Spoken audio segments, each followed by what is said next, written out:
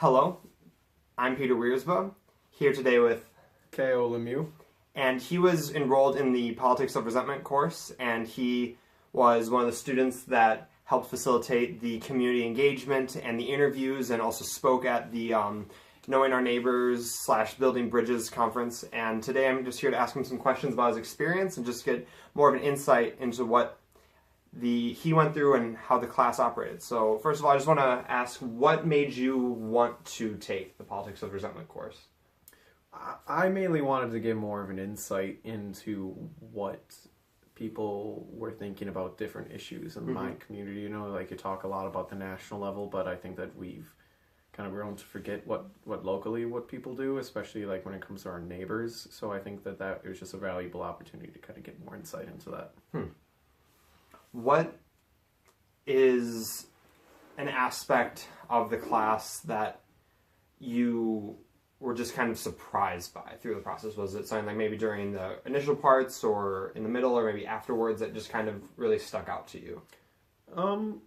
Just mainly the way that people looked at different issues and how people could look at, like, you know, people don't just look at things from just a conservative perspective or just a liberal perspective. Like, people really can look at different issues from multiple angles, you know, and I think that as the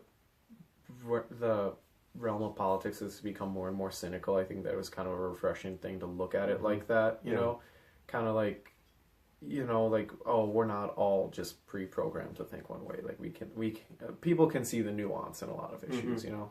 Definitely. I'm just kind of curious myself to see that when you were doing your interviews, what were some topics that came up or some discussions that happened that either took you by surprise or just like things in general that I think just kind of what was unexpected for you in like that process? The amount that guns came up without us having to ask about it, you know, like we went into it not really expecting guns to be a big thing. And I remember I think I said that at the night of the banquet for this class, but like we never went in planning to ask about guns at all, but for at least from my group specifically, guns came up every single time, and they brought it up to us, and it was the only issue where people asked us what we thought. You know, everyone else, like on all the other issues, they were more than willing to just talk about what they thought. But when it came to like what we thought, what me and my interview partner thought, and we kind of expected like, oh, they might ask us, and we might have to like try and find a way to either answer neutrally or answer honestly. And guns was the only one where I consistently got asked, like, oh, what do you think? Do you have any idea why that was? Well, it was pretty recent after the Parkland shooting, you know, so it was kind of fresh on everyone's mind. You know, I think we did our first interview like the day after the March for Our Lives event, you know.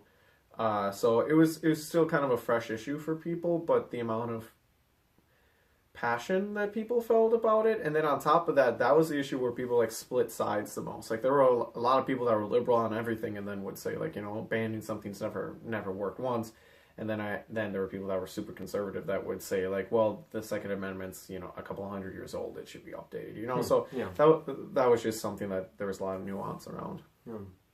For those watching that don't know, what was the March for Our Lives?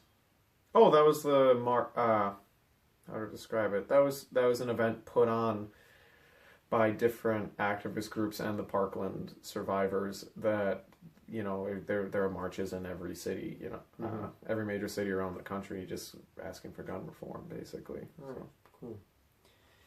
Cool. So I know that through this process it took a lot of time on your own time working with your partner and just trying to put this together. And I just wanted to see like what challenges there were just working with the group in the actual class, and maybe kind of taking what you learned from your community outreach and seeing how that maybe crossed over with the class interaction. I don't know about crossover with class interaction, because I guess I've always been a pretty outgoing person, you know, like when it came to talking to people.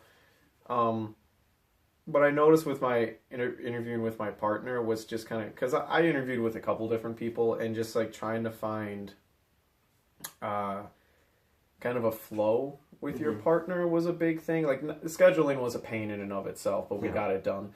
But the biggest thing was just trying to figure out, because like my one partner Byron, like, he did 90% of the talking when I was around him, and I was just there to, you know, record and kind of add supplementary comments. But then when I worked with Krish, it was kind of the opposite, where he didn't interview the same way. So there was a bit more like us both kind of waiting for the other one to take the lead, because we didn't like fully plan it out. So like we made it work. It ended up working out really well, but that was just like a hurdle that we really had to cross, you know. Especially when, like, you know, Byron, he's a good talker. Once he starts talking, he'll never stop. But Krish is the exact opposite. So trying to find out, like, okay, how much silence is good silence, especially after I'd been working for Byron with so long, you know, that was something to get used to. Yeah. So you've gone through this whole process, and you've been able to see, I think, a side of our community just on kind of a very small scale that I think applies to a much larger problem that's going on in the U.S.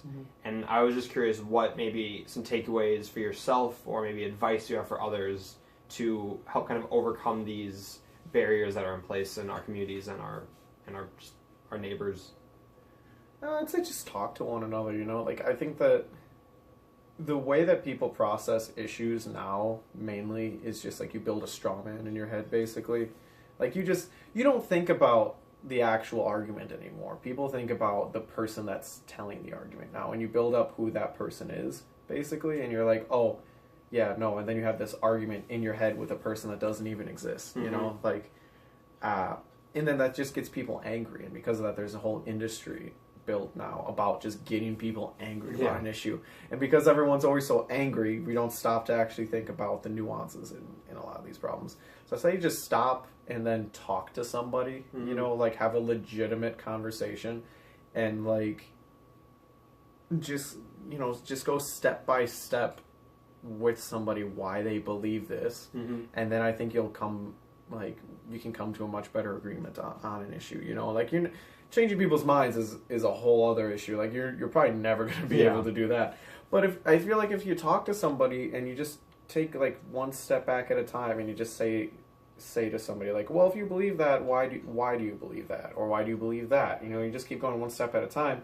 And then if you're debating with somebody, just point out why you disagree. Like, what step do you guys delineate from? And it's a lot easier to kind of focus on, like, well, we delineate here, but we agree on all this other stuff, you know? I think that you start to view people that you disagree with as more human. All right. Well, is there any other things that you maybe wanted to share from your experience, or maybe some thoughts on just the talk, or just what you saw from the community? I don't know. I think that people should just talk to one another more, you know? I think that you can get a much better sense of an issue once you actually talk to people that are your neighbors, and that are, you know, like, don't get your sense of what the issue is or how people are thinking simply from a website that says this is how these people view this, you know? Like, don't go off of a post that just says like this is conservative ideology, and then it lists the points, and then you're just going to look at every conservative as like, oh, they believe all that thing, and vice versa.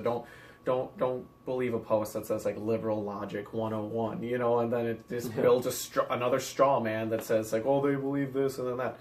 It just feeds into the hate machine, because you're not viewing them as people anymore. You're just viewing them as conduits for an ideology that they may not even align with, you know? So it's just really toxic. And I think that if we just talk to one another and start looking at your neighbors as people, and that people that might disagree, or people that have different information than you, like, that's the biggest thing. Everybody has different information that they form their beliefs on. So I think that's the biggest thing. It's like, just don't think that they're bad people for disagreeing with you. Think that they just have different information, and therefore they're coming to a different conclusion. Yeah. You know? I think that's, just talk to people. You know? Awesome. Well, thank you for your time, and best of luck with the rest of your career. My career? Yeah. You mean my next 6 years of college? Yeah, pretty much. Yay.